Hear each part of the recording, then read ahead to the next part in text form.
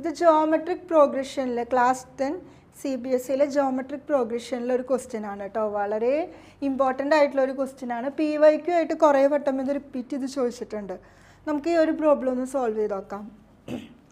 If the first term of a GP is 20 and the common ratio is 4, find the fifth term. അതായത് ഈ ഒരു geometric പ്രോഗ്രഷനിൽ first term എന്താണെന്ന് തന്നിട്ടുണ്ട്, 20 ആണെന്ന് എനിക്ക് തന്നിട്ടുണ്ട്. പിന്നെന്താ അടുത്ത ക്ലൂ? അടുത്ത കോമൺ റേഷ്യോ എന്ന് പറഞ്ഞാൽ R എന്ന് പറയുന്നത് 4 ആണെന്ന് തന്നിട്ടുണ്ട്. ഫൈൻഡ് ഫിഫ്ത്ത് ടേം, അതായത് A5 എനിക്ക് കണ്ടുപിടിക്കണം.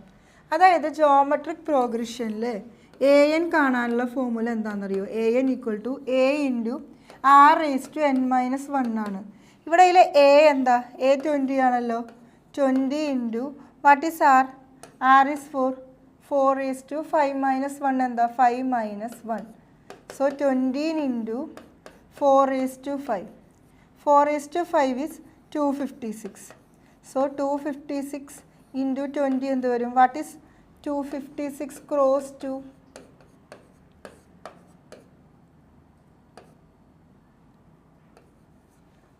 5120 is the answer. സോ ഈ ഒരു ജോമെട്രിക് പ്രോഗ്രഷനിലെ ഫിഫ്ത്ത് ടേം എന്ന് പറയുന്നത് എന്താ? 5120 ആണ്.